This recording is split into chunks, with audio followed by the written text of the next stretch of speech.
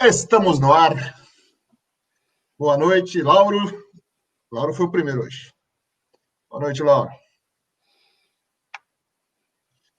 Meu amigo Nonato, daqui a pouco tá aí.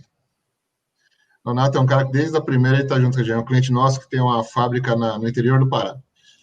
E aí ele é audiência cativa. Assíduo. É assíduo. Se não vier aí hoje, vai ser decepção. Regis, boa noite, Regis. Alaor também. Sempre com a gente. Cleives, boa noite. Pessoal chegando.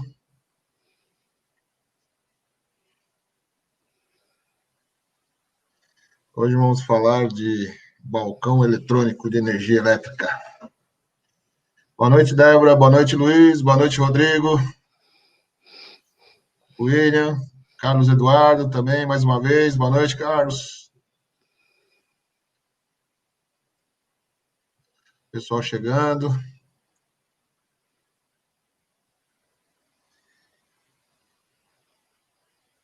Douglas Souza. Boa noite, Douglas. Falou de derivativo de energia, o pessoal do mercado começa a chegar. Tem amigo, um monte de amigo meu de mercado financeiro, já tudo chegando aí. Boa noite, Érica. Só porque eu falei do Nonato, ele não veio hoje, não chegou ainda.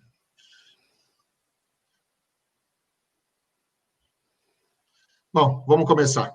Já deu nosso tempo. O pessoal vai chegando. Bom, boa noite, pessoal. Mais uma live da nossa Econ Talks. Obrigado por vocês estarem de novo aqui com a gente. Como sempre, eu faço uma propagandazinha, né, do nosso canal. Então, se você ainda não assinou nosso canal no YouTube da Econ Energia, vai lá, assina o canal. Se você gostar da nossa conversa hoje, deixa o joinha, deixa os seus comentários. E aí o chat está aberto para perguntas para fazerem durante a nossa conversa. Fiquem à vontade e vocês ajudam bastante a gente quando vocês fazem perguntas. E hoje eu tenho o prazer de receber o Carlos Rato, que é o CEO da BBCE, que é o Balcão Brasileiro de Comercialização de Energia. Um ambiente eletrônico que surgiu e foi inaugurado em 2012 e está vindo com uma novidade aí, que são contratos de derivativos de energia, e nós vamos falar um pouco disso para tentar entender o que é esse negócio diferente. Mas antes disso, e antes de você se apresentar, Rato, se apresenta e responde para a gente o que é a BBCE, o que é esse bicho. Vamos falar para as pessoas eles entenderem melhor o que é esse instrumento que o mercado, em 2012, entre as comercializadoras, onde a Econ também é uma das sócias, criou esse ambiente. Boa noite, Rato. Boa noite, Márcio. Primeiro, agradecer você, agradecer a Econ aí pelo convite, um prazer estar aqui. Eu venho de mercado financeiro, então ainda tenho pouca experiência no mercado de energia, mas justamente nesse movimento que a gente vai comentar um pouquinho mais para frente, da criação do mercado de derivativos de energia. A BBCE, como você comentou, é uma empresa que nasceu em 2012 por uma iniciativa empreendedora de algumas comercializadoras, justamente para criar um ambiente seguro, transparente e com liquidez para negociação de energia, até então o mercado físico, né, de energia. Essa empresa cresceu muito, principalmente a partir de 2017, a liquidez aumentou bastante, o volume de negociações subiu muito. A gente chegou em 2018 com mais ou menos 170 terawatts-hora de negociados no ano inteiro. 2019 a gente teve, obviamente, o mercado teve no início do ano uma crise de crédito e a gente acabou tendo um pouco menos de liquidez, mas ainda assim muito próximo dos 170, algo como 165 terawatts-hora. Temos aí, somos agora, né, em 38 acionistas, dentre eles três das maiores empresas do setor de energia elétrica, que é a EDP, a Enel e a ENGIE, e aí sócios como a Econ e outros players super importantes e relevantes no mercado de energia. A gente nasceu com o mercado, para o mercado, estamos desenvolvendo ferramentas, serviços, funcionalidades para que o mercado tenha cada vez mais acesso à liquidez, cada vez isso sendo feito com mais transparência, segurança, e nesse sentido que a gente tem se debruçado aí desde 2018, na verdade, e durante todo o ano de 2019, com a ideia de criar um mercado de derivativos de forma efetiva, e nada melhor do que uma empresa que nasceu no mercado de energia, que cresceu no mercado de energia, que tem como acionistas o mercado de energia, para desenvolver esse mercado e encarar esse desafio que não é fácil, mas tenho certeza que a gente vai conseguir junto com todos vocês. E foi um movimento interessante, porque a gente fala que ainda o mercado livre de energia ele é meio desconhecido por grande parte do mercado, e nós já estamos indo para um outro step, que é um balcão eletrônico de energia. E qual a diferença? Só uma curiosidade, a diferença, balcão ou bolsa? Se você pegar pela legislação, né, e aí agora a gente é uma empresa regulada, né, a partir do dia 17 de junho, o último, a gente obteve autorização junto à CVM para nos tornar um chamado mercado organizado, mercado de balcão organizado, esse é o termo jurídico, né? Basicamente, acho que a grande diferença entre o mercado de bolsa e o mercado de balcão é que o mercado de bolsa é um mercado que tem uma entidade no meio chamada contraparte central, que assume todos os riscos de todas as operações e as ordens são centralizadas no único local. No mercado de balcão você tem inúmeras formas de negociação, né? Desde a negociação bilateral e depois registrada no balcão, até a operação de fato em tela, quando as partes não sabem quem são as contrapartes e só depois que a operação é fechada que essa contraparte é revelada e a operação é processada. Então, a diferença básica, né, só para não entrar aqui muito no tecnês e no jurídico, mas basicamente a existência de uma contraparte central, e isso caracteriza os mercados de bolsa, e a centralização de ordens num único local, também é uma característica do mercado de bolsa. Mas esse é o roadmap, né? Esse é o caminho, a gente começa pelo mercado de balcão, muitos mercados que existem hoje na bolsa começaram com o mercado de balcão, é o início para que a gente consiga ganhar liquidez, crescer cada vez mais o volume de negociação, e aí, quem sabe, a gente realmente ter uma bolsa de energia no Brasil, como aconteceu em outros lugares do mundo. Bom, Rota, então a gente. Outra curiosidade, eu já vou te explorar aqui. O mercado de energia hoje gira, com a queda após a pandemia, está em torno de 55, 57 gigawatts médio, mas o mercado ali antes da pandemia estava entre 67, alguns picos de 73 gigawatts médios. O quanto que, considerando que 30% do mercado de energia elétrica brasileiro ele está no mercado livre, e o mercado livre que opera na BBCE, o quanto que a BBCE representa hoje nas negociações do mercado livre? Você tem esse número frente ao mercado balcão telefone? Esse número é algo como 30% a 40% do mercado total, do mercado livre total. A gente sabe que muitas operações do mercado livre, elas não são operações de trading, são operações de posicionamento mais de longo prazo, então é um market share super relevante se você considerar que algumas operações, elas não são operações específicas de trading, né? Mas essa tua pergunta me dá um gancho interessante para a gente falar do porquê o derivativo, né? Que é justamente o que a gente enxerga, o que a gente vem enxergando há algum tempo no mercado, é esse aumento da relação entre o consumo e a negociação, né? O volume de operações negociadas no mercado físico, ele chega a ser a 5 a 6 vezes o volume de consumo, ou seja, o mesmo elétron, ele passa em 5, 6 mãos diferentes até ser consumido. Então, isso chamou muito a nossa atenção, esse foi um dos motivos pelos quais a gente falou, por que não criar, então, um mercado de derivativo? Porque, de fato, algumas operações, elas não necessitam do mercado físico, são operações de posicionamento ou até de hedge, de proteção de preço, né? E por isso elas não precisam da mercadoria energia. Então, essa relação consumo versus volume de negociação foi um dos motivos que nos chamou a atenção para começar a desenvolver o mercado de derivativo, e aí realmente deslocar talvez uma parte do que é feito hoje no físico, que é esse giro, esse trading, né, de posicionamento, de hedge, para o mercado de derivativo, que é o mercado mais adequado para isso, e deixar o mercado físico com aquilo que realmente é físico, como acontece, não estou aqui inventando a regra, né, como acontece em outros mercados também, que o mercado físico é um mercado de poucos, né, e o mercado de derivativo é um mercado mais aberto, né, então é um pouco essa lógica que a gente olhou, e por isso que esse foi um dos motivos pelos quais a gente resolveu desenvolver o derivativo também. Me corrija se eu estiver errado, mas conceitualmente o contrato de energia atual é um contrato a termo, né? Ou seja, eu tenho condições comerciais, preço, quantidade, que em um mês futuro específico ele vai ser liquidado. Então, basicamente, é um contrato a termo, e a BBC começou com contratos a termo e contratos de curto prazo, que são contratos a termo, mas eles são contratos de curto prazo.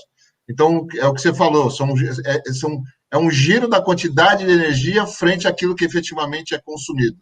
Exatamente. Então, explica agora para a gente, só para a gente nivelar o conhecimento de todo mundo, o que é um contrato derivativo? Deriva de quê? Bom, livro-texto, né? O contrato derivativo ele deriva de algum ativo. Então, ele existe, todo contrato derivativo existe porque existe um mercado do ativo, né? Assim como existe mercado de soja, existe o mercado de derivativo de soja, existe o mercado físico de dólar, por exemplo, para falar de um ativo de mercado financeiro, existe o mercado ativo, mercado físico de dólar, e existe o mercado de derivativo de dólar. Então, definição geral, derivativo é um contrato que deriva de um ativo. Qual que é a diferença aqui, e aí pegando o gancho até do que você falou, né? Quando você fala do mercado físico hoje, ele é um mercado a termo, muito parecido então com o derivativo, porém ele é 100% com a entrega física. Então, de alguma forma, aqueles contratos que hoje são negociados na BBC, eles vão, de alguma forma, serem registrados na CCE, que eu vou colocar entre aspas aqui, que seria essa entrega física. A gente sabe que não é bem assim, mas é como se fosse essa entrega física, né? O derivativo, ele tem como característica, ele pode ter entrega física, mas ele tem como característica também ter a possibilidade de liquidação financeira. Ou seja, eu fixo um preço com o derivativo, e lá na frente eu vou comparar esse preço que eu comprei ou que eu vendi por um preço de referência, chamado fixing price, né? Que é o preço de referência para aquele ativo. Então, no caso do mercado de energia, a gente vai iniciar esse mercado de derivativos tendo como referência o PLD, que é a maior referência que o mercado hoje utiliza. Então, você vai negociar contra um PLD lá na frente. Então, de acordo com o comportamento do PLD, você pode ter a sua posição ganhadora ou perdedora, né? Diferentemente do mercado físico, né, no mercado derivativo a liquidação é pela diferença. Então, isso é importante porque o risco do mercado físico, quando alguém compra, né, efetivamente você tem que depositar o dinheiro, entregar o dinheiro para alguém para poder receber a mercadoria. No derivativo, isso não acontece. Lá na frente, você vai saber se você ganhou ou se você perdeu baseado no PLD. Então, se você comprou um contrato a 100 e o PLD foi 110, você vai receber 10. Se por acaso ele foi 90, você vai pagar 10. Então, você não tem o risco de 100% daquela mercadoria que você comprou, porque, de novo, você está negociando só variação de preço. É uma variação do físico, do ativo, né? Por isso que é derivação do ativo. Então, por isso que você está negociando só essa variação e, consequentemente, você não tem o risco de 100% cash, né, da operação que você está comprando ou vendendo. A gente podia falar que, num português claro, é quase vamos assim, uma aposta de expectativa entre um comprador e um vendedor. Perfeito. A gente não gosta de falar o nome aposta, porque na verdade. Mas é usa um termo diferente aí que você acha mais politicamente correto. Não, é um contrato de. Expectativa de comprador e vendedor. Exatamente. O mercado. E é importante isso que você falou, porque assim, se o mercado fosse feito só de hedgers, né, ou só de empresas que quisessem se proteger, a gente não tem mercado. Então, verdade. O cara que faz o arbitrador, né, que é justamente essa figura que você falou, que é o cara que se posiciona numa compra, se posiciona numa venda, é o cara que dá liquidez para o mercado, é o cara que propicia que todos os hedgers, né, possam encontrar um ambiente seguro e com liquidez para fazer as operações. Então, muita gente acaba falando mal, né, do arbitrador, do cara que toma a posição, mas ele é super importante em qualquer mercado. Então, e nesse aqui, com certeza, não vai ser diferente. É o antigo scalper no pregão físico, quando tinha antigamente, né? O pessoal usa o nome de especulador, mas assim, é que no Brasil especulador é uma palavra tão pejorativa que acaba sendo ruim, mas a importância desse cara é fundamental para o mercado ter liquidez. Né? Em alguns momentos o comercializador faz esse papel, né? Sim, ele tem os dois lados, né? Ele tem a informação do que é caro, do que é barato, né? Que eu acho que essa é a beleza do mercado, né? Porque dependendo da tua posição, dependendo do quanto que o teu modelo te fala, o quanto que é o preço da energia, você pode ir lá e negociar a compra ou a venda e ganhar dinheiro em cima dessa posição. Eu acho que isso que forma o mercado, né? Ótimo. Ó, tem uma pergunta aqui do Lauro Fiuza. O Lauro Fiuza é da Servetec. O Lauro está lá no Canadá. Nós estamos tendo audiência do Canadá. Funciona como uma operação de hedge de moeda com fechamento a termo? Perfeito, exatamente igual, né? Você tem hoje o hedge de moeda, o hedge de dólar, que você lá na frente liquida contra a chamada PETAX, que é uma taxa publicada pelo Banco Central. Aqui é a mesma coisa, o PLD está para a PETAX, assim como o mercado de dólar está para o mercado de energia. Então, é exatamente o mesmo tipo de negociação e o mesmo tipo de derivativo. A gente vai, nesse momento, oferecer os contratos a termo de compra e de venda com liquidação futura. Então, tirando uma curiosidade, vamos lá. Hoje, a gente conta aí quase 20 anos no mercado e nós temos a cultura de contratos de curto, médio e longo prazo. No curto prazo, aquele contrato mensal, médio prazo, contratos de até 6 meses, e longo prazo, os contratos acima de 1 ano. E às vezes você faz um contrato ali de 3 anos, 4 anos. E o consumidor, quando ele compra esses contratos, ele tem uma vantagem no Mercado Livre, que ele tem uma projeção de redução do seu custo frente ao mercado regulado e uma projeção do seu custo, do seu preço, diferente da tarifa regulada, que ele nunca sabe o que vem. Projeta 5, vem 10, projeta 2, vem 1. Então, calcular o seu orçamento fica bem difícil. Considerando isso, o que um contrato derivativo traria de vantagem para um consumidor livre? Que ganho que ele tem efetivamente num contrato derivativo? Ou se não tem ganho algum? Então, para o consumidor, assim, ele tem uma vantagem de ter um instrumento que ele pode fazer esse gerenciamento dessa posição, né? Quando ele faz um contrato com vocês, por exemplo, ele faz um contrato de longo prazo. Então, ele está posicionado naquele ativo. Se eventualmente ele não consumir aquela energia, ou por acaso tiver alguma situação de preço que seja favorável para ele, ou seja adversa para ele, hoje ele não tem um instrumento para gerenciar esse risco, né? Ele acaba ficando, necessariamente, ele vai ter que procurar a comercializadora, eventualmente renegociar um contrato, e nem sempre isso é possível, porque a comercializadora também tem o lado dela, porque ela também tem essa posição do outro lado, né? E acho que o derivativo traz tanto para a comercializadora como para o consumidor essa possibilidade de você gerenciar esse ativo sem precisar mexer no contrato original.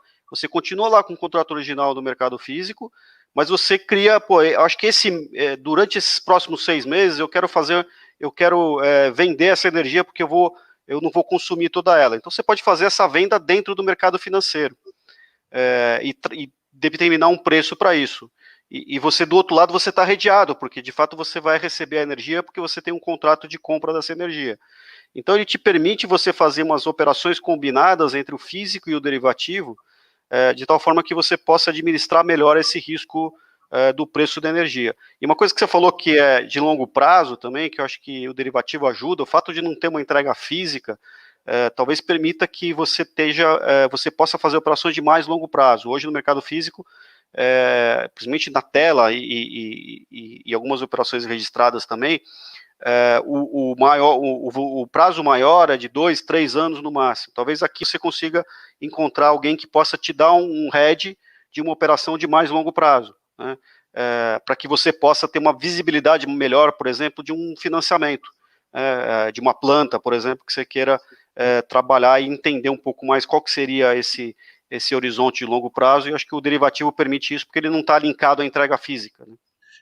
É uma coisa que eu vou te perguntar, mas antes disso, pelo que você está falando, cada vez mais um consumidor livre que não conhece energia elétrica e não é obrigado a conhecer, o negócio dele é fabricar carro, é fabricar sorvete, é fabricar cerveja, energia elétrica é um insumo dele, e cada vez mais com essa, vamos falar de modernização do setor, um bom gestor e responsável vai ser fundamental para a melhoria do resultado na questão de energia elétrica para um consumidor livre, né? Cada vez mais. Sem dúvida. Eu costumo falar que às vezes algumas empresas, e eu trabalhei em banco boa parte da minha carreira, e eu vendia derivativos de câmbio, né? Então eu fazia parte desse processo, e eu sei que muitas empresas têm essa preocupação e têm as suas políticas de hedge para hedge cambial, né? E muitas das vezes, né, não percebem que às vezes o risco de energia elétrica da commodity às vezes é muito maior do que o hedge cambial, e não existia um mercado disponível para que você pudesse fazer essa administração desse risco.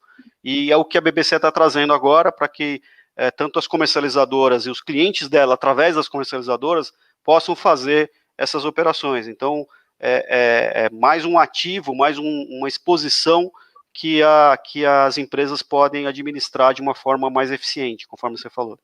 Tá. E agora eu vou mudar, vou para o que você comentou de geração. E a gente tem uma cultura no setor elétrico, diferente de outros mercados, que o investimento em geração, seja ela hídrica, solar, eólica, historicamente ela está baseada em contratos de longo prazo. Então, um empreendedor que vai investir em geração, seja ela gás, seja ela qual for, ele tem a opção de vender a sua energia, geralmente num contrato no mercado regulado, que a necessidade das distribuidoras são chamados leilões A-5, A-6, A-4, que é entregar daqui 4 anos, entregar daqui 5 anos ou daqui 6 anos, é o tempo de construção dessa usina. Então, primeiro ele vende, ele tem um contrato, no caso, no mercado regulado, de 15 anos, 20 anos, 30 anos, depende cada leilão tem a sua característica, e com esse contrato de longo prazo, que é assinado com todas as distribuidoras do país, ele consegue uma alavancagem dos 70%, 80%, 60% do custo do ativo para a construção do ativo. E é uma cultura no setor elétrico isso, né? A gente brinca, né, que às vezes muitas palestras, desde o começo do setor do Mercado Livre, a gente escuta, diferente de um navio, né? Um empreendedor que vai construir um navio, ele não tem uma cabine, aquele navio de turismo, ele não tem uma cabine vendida, ele investe um caminhão de dinheiro naquele negócio e bota na água, bota no mar e sai vendendo as cabines para rentabilizar aquele investimento. Em geração, não. Em geração, eu preciso ter as cabines vendidas por 15 anos, senão eu não construo o navio, fazendo analogia. E aí me ocorreu, em cima da tua observação, o derivativo ele pode ajudar a melhorar esse raciocínio, ou seja, um empreendedor que vai construir a sua usina, ele direciona, por exemplo, para o Mercado Livre. O Mercado Livre ele tem uma característica de contratos de um tempo menor, de 3 anos. Um contrato de 5 anos já é um contrato de longo prazo, de muito longo prazo no Mercado Livre, só que um período de 3 anos, 4, 5 anos, ele não dá viabilidade de financiabilidade nesse raciocínio que eu te coloquei. O derivativo, na tua visão, ele pode ajudar a destravar esse nó que a gente tem na geração? Sem dúvida, Márcio. Esse é o raciocínio. Acho que assim, vocês conhecem mais do setor, mas assim, olhando para outras experiências em outros mercados, você pode começar a ter operações estruturadas, né, onde você tem de um lado o financiamento, do outro lado o próprio hedge do ativo energia, né, dado por longo prazo e aí garantindo uma fixação de preço, né, porque eu acho que é importante quando você está olhando do derivativo com a função de hedge, ele não tem o objetivo de ganhar ou perder, ele tem simplesmente o objetivo de determinar previamente qual que vai ser o preço de compra ou de venda daquela energia. Então, isso pode ajudar na construção de contratos de financiamento, no gerenciamento desse risco, no alongamento de prazo, e uma coisa que você colocou importante, o derivativo também pode ajudar numa cada vez melhor formação de preço de mercado. Eu sei que não é um assunto trivial no mercado de energia, não é tão simples, é um pouco mais complicado, porque você tem questão de ONS, você tem uma série de outras questões aqui para determinar o preço, mas você pode começar a ter um mercado, de fato, como tem lá fora, baseado numa curva de preço de oferta e demanda, né? E o derivativo pode ajudar nesse sentido, que também vai ajudar no que você falou do financiamento, porque você começa a ter uma visibilidade um pouco maior e melhor do que vai ser o preço da energia lá na frente. E, eventualmente, travar esse preço já e se preocupar muito mais com o risco de performance, né, daquele ativo, né, o risco de construção, do que com o risco do ativo em si, da variação do preço do próprio ativo, né. É engraçado, você me lembrou, com essa tua fala, você me lembrou, a gente fez uma live com o presidente da Ericsson, da América Latina, falando sobre o 5G. E eu fiz uma pergunta para ele, falei, que negócios surgirão com o 5G? Ele falou, cara, não tenho a mínima ideia. A gente disponibiliza a tecnologia, o mercado se vira para criar coisa, e aí ele deu até um exemplo, ele falou, ó, quando a gente instalou o 4G nos Estados Unidos, a gente nunca imaginou que ele viabilizaria, por exemplo, o Uber. o Uber sem o 4G ele não existiria. Nunca passou pela nossa cabeça essa possibilidade. E aí, com a tua fala, me veio essa lembrança, quer dizer, existe um instrumento que está sendo disponibilizado ao mercado e o mercado vai criar alternativas para a utilização desse instrumento. Talvez de uma forma diferente do que ele é utilizado em outros segmentos, né? Sem dúvida. Eu estou vendo isso com muito bons olhos. Aí, Carlos Eduardo... Desculpa, acho que esse é só para reforçar a colocação que você fez, assim, esse é o grande papel de empresas que eu chamo aqui, entre aspas, de infraestrutura, né? Porque a gente realmente, é o que eu falo, a gente não consegue determinar o quanto que o mercado vai operar, porque depende muito de cada casa, depende da situação do mercado. O que a gente está construindo aqui são estradas e não carros, né? Exatamente. Então a gente está permitindo que o mercado tenha alternativas para poder negociar os vários tipos de operações.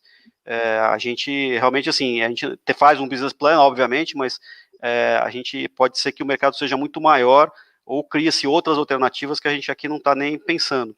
Exato. O mercado é criativo. O Carlos Eduardo faz uma pergunta para a gente. Existe a possibilidade de participação de pessoas físicas no mercado de derivativos? Esse mercado em volume será desvinculado da CCE? Deixa eu só explicar antes de você responder para o pessoal, só para lembrar o que é a CCE. A CCE é a Câmara de Comercialização de Energia Elétrica, onde todos os contratos que são negociados no mercado são registrados. A parte física, então o comprador e o vendedor registram nesse ambiente eletrônico, onde há uma contabilização que a soma é zero. A BBCE, que é o Balcão Brasileiro de Comercialização de Energia, é um ambiente de negociação desses contratos. Então, são coisas distintas, só para ficar claro para todo mundo. Agora, quer que eu faça a pergunta de novo ou está claro? Não, está claro. Assim, vamos lá. Pessoa física, assim, é uma possibilidade, mas é muito distante ainda. Eu acho que a gente tem que avançar em vários aspectos, né, para se tornar um ativo realmente atraente e possa ser negociado por pessoa física. Eu acho que de novo, é uma tendência, e aí vai na linha da mesma questão da liberação do Mercado Livre, chegar no mercado de pessoa física, uma coisa que a gente acredita muito, e acho que é muito importante que, assim como as empresas, as pessoas físicas possam também ter liberdade de escolha. Acho que é uma tendência, não só no Brasil como no mundo, e no mundo já praticando, na verdade, já acontecendo, e lá na frente pode ser que surja a necessidade de ou o interesse de algumas pessoas físicas de operarem o derivativo de energia. Por enquanto, a gente está limitando aos agentes do Mercado Livre, bancos e fundos. Fundos é um meio pelo qual talvez uma pessoa física possa ter uma participação nesse mercado. Eventualmente, a gente acredita que o ativo energia pode ser de interesse de fundos de investimento, porque eu acho que é um ativo que tem muita ligação com o PIB, com o Brasil, né, com crescimento. Então pode ser um ativo interessante de ser colocado dentro de uma carteira de fundo, por isso que a gente está abrindo também para os fundos poderem operar. E com esse novo mundo, né? Celular é energia, carro elétrico está chegando, então a gente tem uma nova realidade para a energia elétrica. E o Lauro faz uma outra pergunta para a gente. Qual a penalidade para o vendedor do derivativo se ele não honrar o contrato? Então, importante, boa pergunta, porque isso me faz com que eu consiga explicar um pouquinho o funcionamento também do mercado de derivativos. Quando nos tornamos um administrador de mercado de balcão organizado e, portanto, com autorização pela CVM, obrigatoriamente, pela norma, a gente teve que criar uma área chamada área de supervisão e monitoramento de mercado. Essa área, ela responde para um comitê de supervisão e monitoramento de mercado, que a gente, propositadamente, a gente colocou dentro desse comitê 3 membros totalmente independentes, e esse comitê, na sua última instância, responde para a CVM. Então, esse mercado de derivativos, como qualquer outro mercado de valor mobiliário, é um mercado extremamente regulado, regulado pela própria BBCE, que seria a nossa área de supervisão e monitoramento, fazendo esse trabalho de identificar situações adversas no mercado. Lógico que o objetivo não é punir por punir, né? A gente é um trabalho educativo, a gente tem um enforcement, tem essa possibilidade de aplicar penalidades em vários graus, mas o objetivo nosso não é esse. O objetivo nosso e o objetivo dessa área é que essa área seja parceira do mercado para que o mercado se desenvolva de uma forma segura e robusta. Então, essa área, ela existe, ela já está funcionando, ela vai, quando começar as negociações de derivativos, ela vai olhar para o mercado todo dia, vai acompanhar a situação de mercado. Numa situação de eventual default, a gente não assume o risco de crédito das partes, mas obviamente que uma situação de default pode chamar atenção porque ela pode desencadear um risco sistêmico. Então a gente vai acompanhar essas situações, identificar situações eventualmente que possam contaminar o mercado e indicar algumas ações necessárias para que isso seja mitigado. Então, não sei se eu respondi, mas aproveitei para explicar um pouquinho a área de supervisão e monitoramento, que é uma área super importante que a gente está constituiu já, e agora estamos educando o mercado para mostrar para o mercado como é que essa área vai funcionar. Tá, mas o que seria uma penalidade, por exemplo? Alguém que não honrou, estaria fora do balcão, da BBCE? Depende, não, mais ainda, né? Assim, acho que aí, boa pergunta, porque isso também me ajuda a explicar a importância do enforcement, né? A importância de você ter uma regulação. Então, essa área, ela é definida na instrução CVM 461, então ela é uma área que a CVM obriga que as entidades reguladas tenham.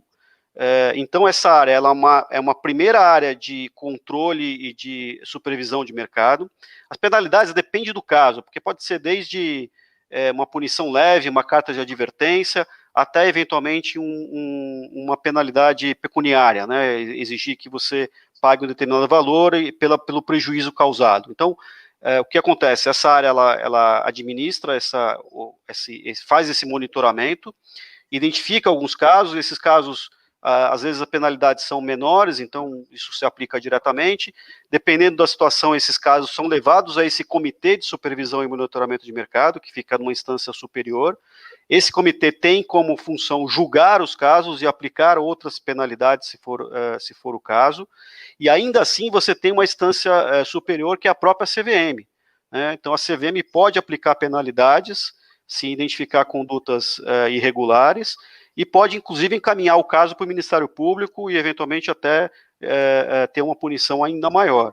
Então, então essa é a beleza, porque assim, se você fosse uma autorreguladora, mas que não tivesse esse lado jurídico, né, se não tivesse uma regulação por trás, é o que você falou, a maior penalidade seria a exclusão do cara do sistema. Do mercado, do mercado, o que necessariamente não ajuda, porque pode ser que o estrago dele seja muito maior do que a pena, né, que é sair do mercado.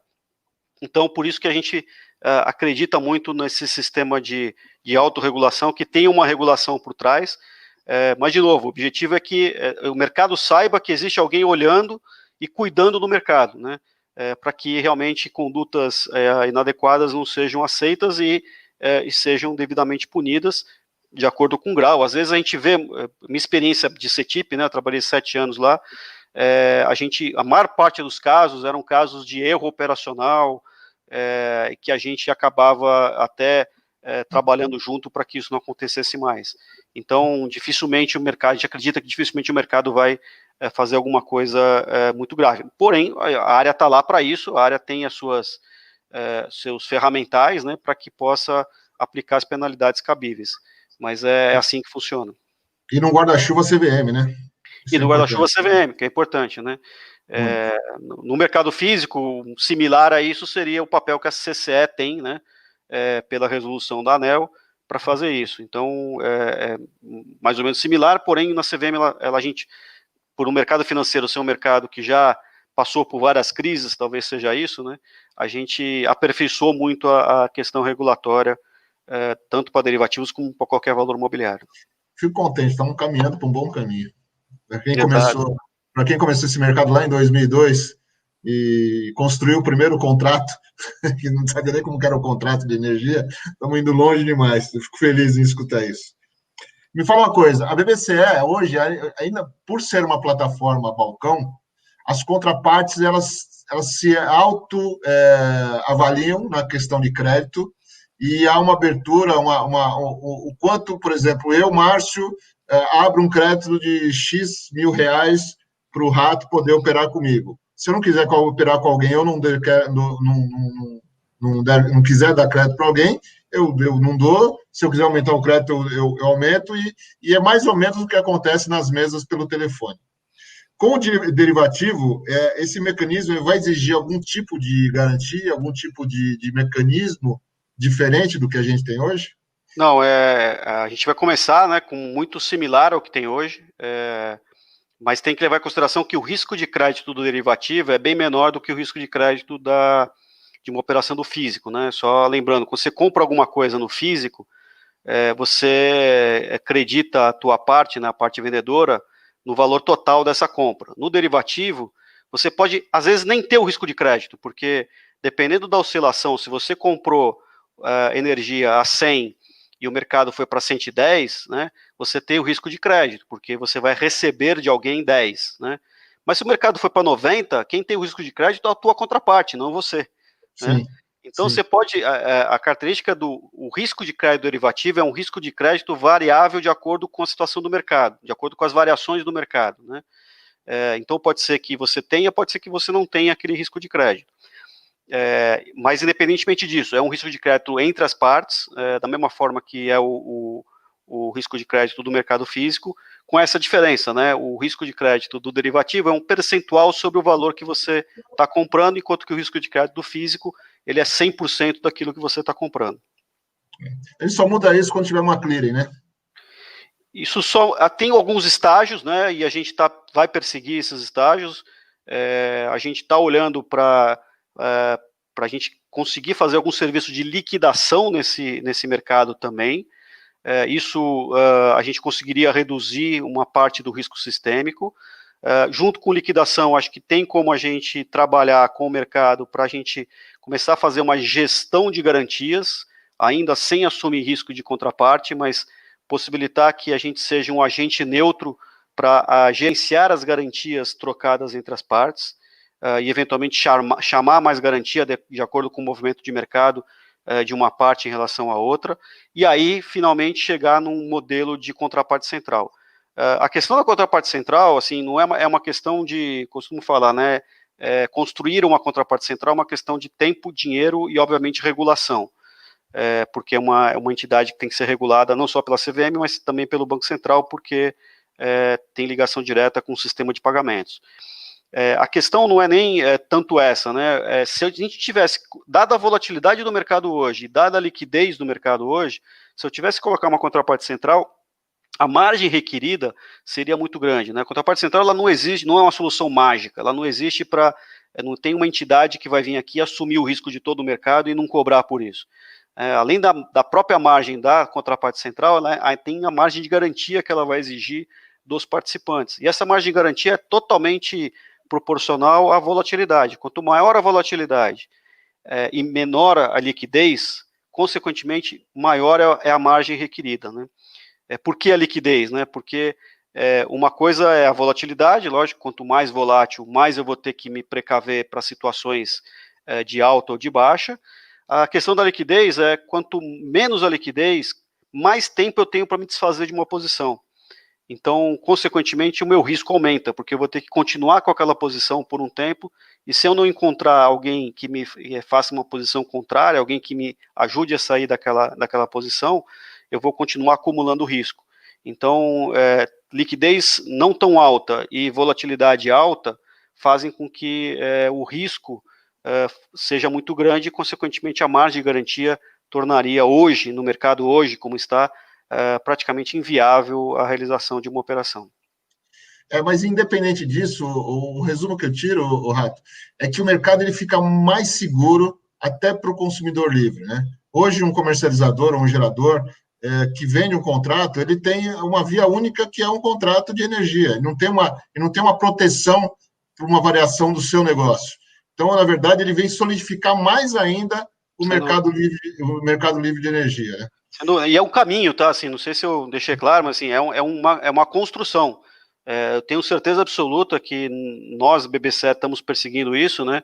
E tenho certeza absoluta, acho que até você fez uma pesquisa aí, que a gente vai ter uma bolsa de energia, a gente vai ter uma bolsa de energia no Brasil, com certeza.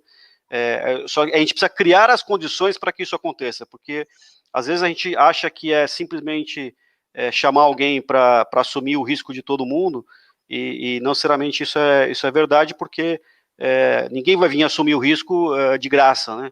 Então, a gente tem que realmente trabalhar forte para trazer mais segurança, reduzir a volatilidade, aumentar a liquidez, e aí a gente cria essas condições, e isso está sim no nosso roadmap. Tem uma palavra na moda, tem uma jornada para ser cumprida, né?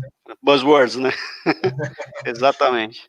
Bom, já que você falou da pesquisa, a gente fez uma pesquisa no nosso História e me surpreendeu. A gente fez uma pergunta, na sua opinião, o Brasil já tem condições de ter um mercado de bolsa de negociação de energia? E vou te falar com sinceridade, para minha surpresa, 74% das pessoas disseram que sim. Isso me deixou muito, muito contente, muito otimista. Qual que é a tua opinião disso?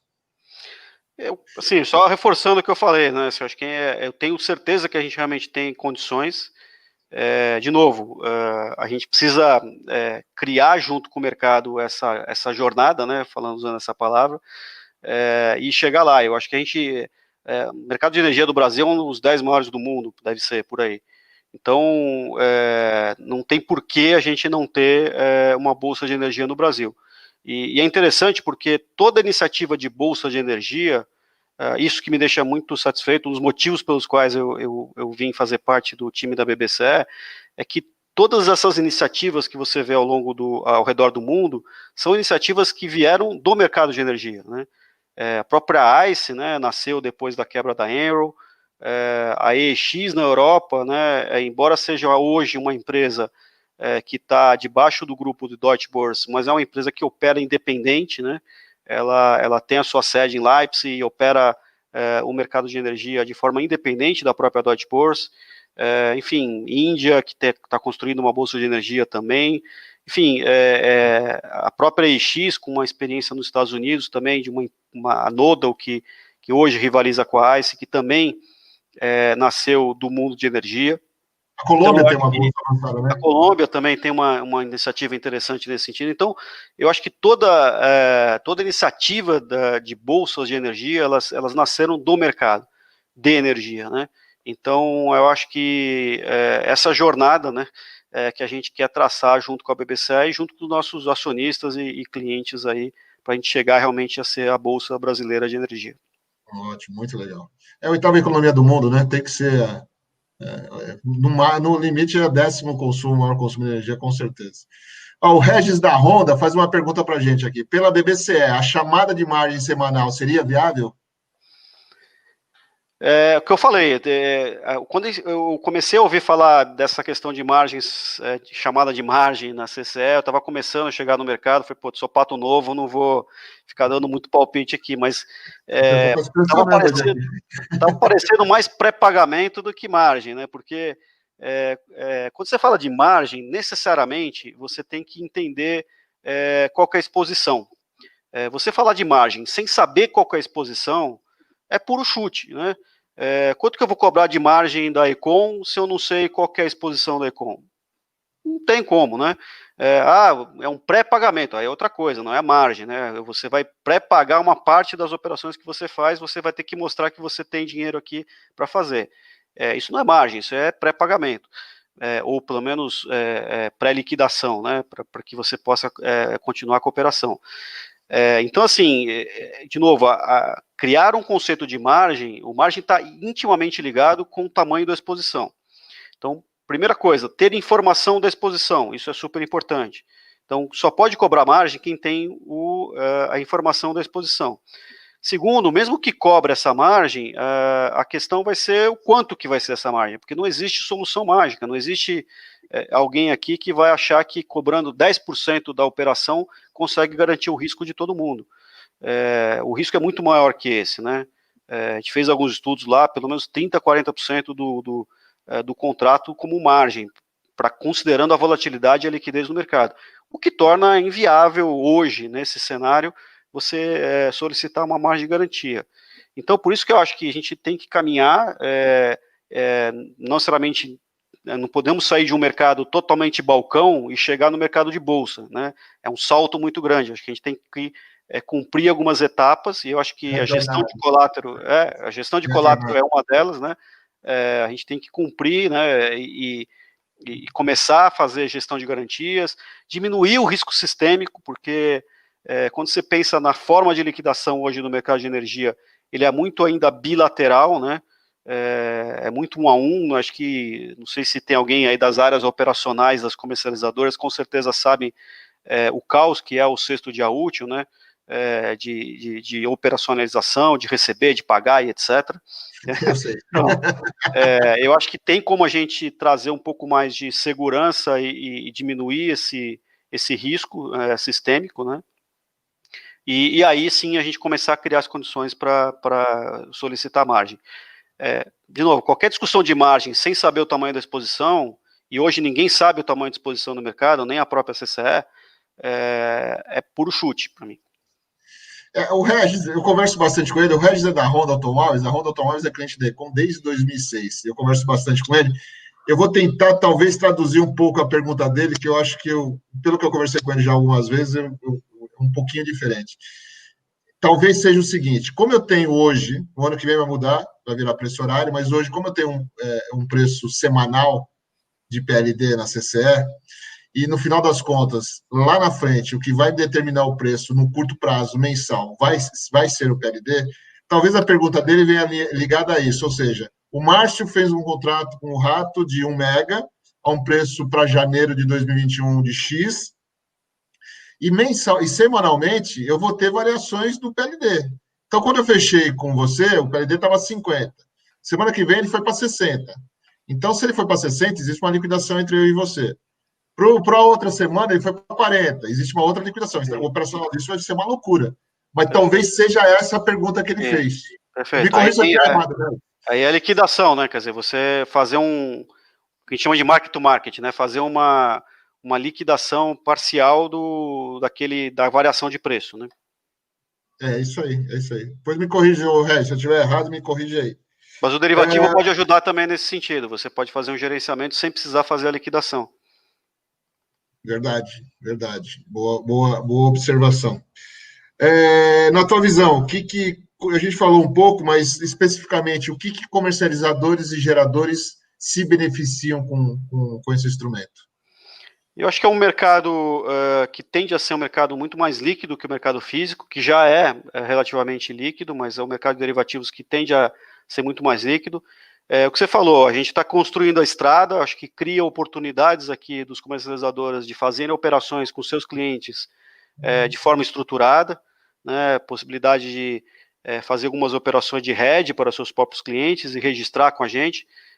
Uma coisa que é importante, né, todo derivativo, por uma lei que surgiu em 2011, se eu não salvo engano, todo derivativo é condição de validade dele o seu registro. Então, todo e qualquer derivativo, ele só vale se ele tiver sido registrado no dia que ele foi realizado. Isso significa que todas as operações de derivativos, sejam feitas em tela ou não, elas têm que ser registradas. E a BBC, ela, a partir do momento que ela tem essa autorização da CVM, ela também é o local de registro dessas operações. Então, mesmo que você faça uma operação com a Honda, né, pegar o exemplo aqui, específica, né, que você estruturou com ele uma operação de derivativo, você vai poder usar a BBC para registrar essa operação. Então, você não precisa contratar uma corretora, uma instituição financeira para fazer esse registro. A BBC será o local de registro. Então, acho que isso abre a oportunidade para as comercializadoras de fazerem essas operações que você comentou agora, né? Olha, eu estou vendo aqui que eu vou consumir menos lá na frente. Pô, em vez de mexer no contrato, vende aquele excesso no derivativo, né? E aí você tem no net, você vai estar com o teu líquido equivalente àquilo que você está consumindo. Então você tem essa flexibilidade de fazer operações que você hoje não consegue fazer porque você tem a limitação do físico. Então acho que comercializador de forma geral abre essa possibilidade. Geradores, é o que você falou, a possibilidade de você ter uma previsão de longo prazo e fazer eventualmente um hedge para o longo prazo. E consumidores é o hedger, né? Que é o hedger natural, é o cara que vai procurar usar o derivativo como uma forma de proteção e de administração dos seus riscos. Ótimo, ótimo. O Regis respondeu, perfeito, isso mesmo. Eu conheço a fera. Maiara faz uma pergunta aqui para a gente. Quais os impactos do PLD horário para acarretar em uma operação de derivativo? Tem algum impacto? A gente vai acompanhar para ver o que acontece com o PLD horário, né? Provavelmente vão surgir novos contratos, essa talvez seja a principal característica. mas é só uma questão de criação de outros contratos. Eu acho que o PLD horário ele vai ajudar no sentido de acelerar, talvez, a digitalização do setor. Praticamente, se a liquidez realmente vier e a gente realmente tiver certo, vai ser praticamente impossível você negociar com PLD horário no telefone. Então, eu acho que abre a possibilidade de você ter uma maior digitalização dos processos também, né? A gente não só olha para o trade, como também para o pós-trade, em toda a cadeia. Então, eu acho que o PLD horário vem a contribuir com isso e vai, na minha opinião, gerar ainda mais negócios. Compartilho contigo. Reto, nosso tempo, já 50 minutos já estamos aqui falando, passa rápido, né? Passa rápido, mas é um assunto muito específico, mas muito interessante. Acho que você conseguiu ser muito claro para a gente aqui. Acho que ficou bastante claro esse assunto para nós. Estou curioso agora saber, antes das tuas considerações finais, quando que começa esse tipo de operação? Todo mundo pergunta, né?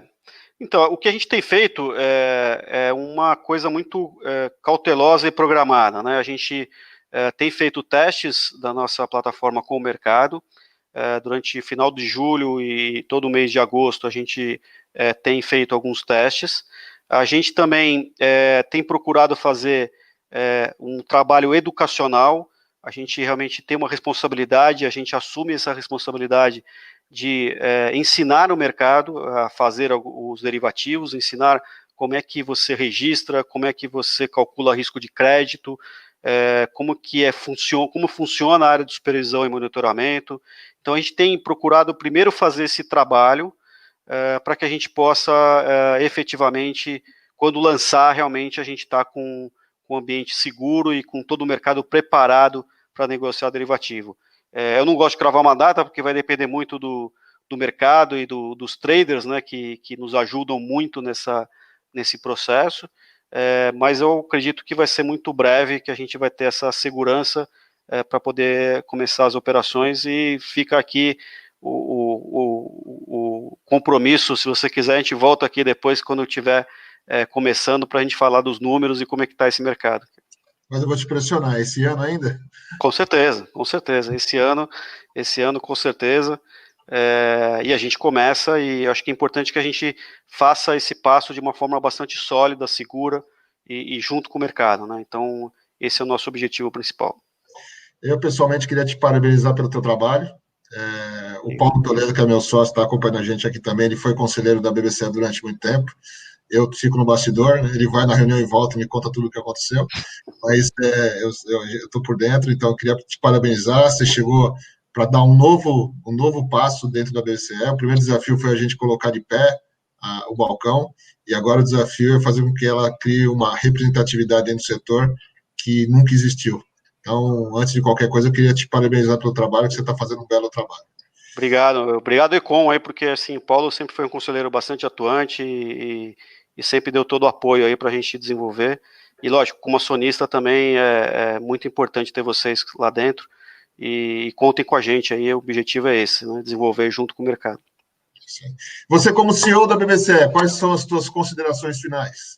Que mensagem você quer deixar para a gente? Olha, assim, eu queria contar com todo mundo para esse desafio.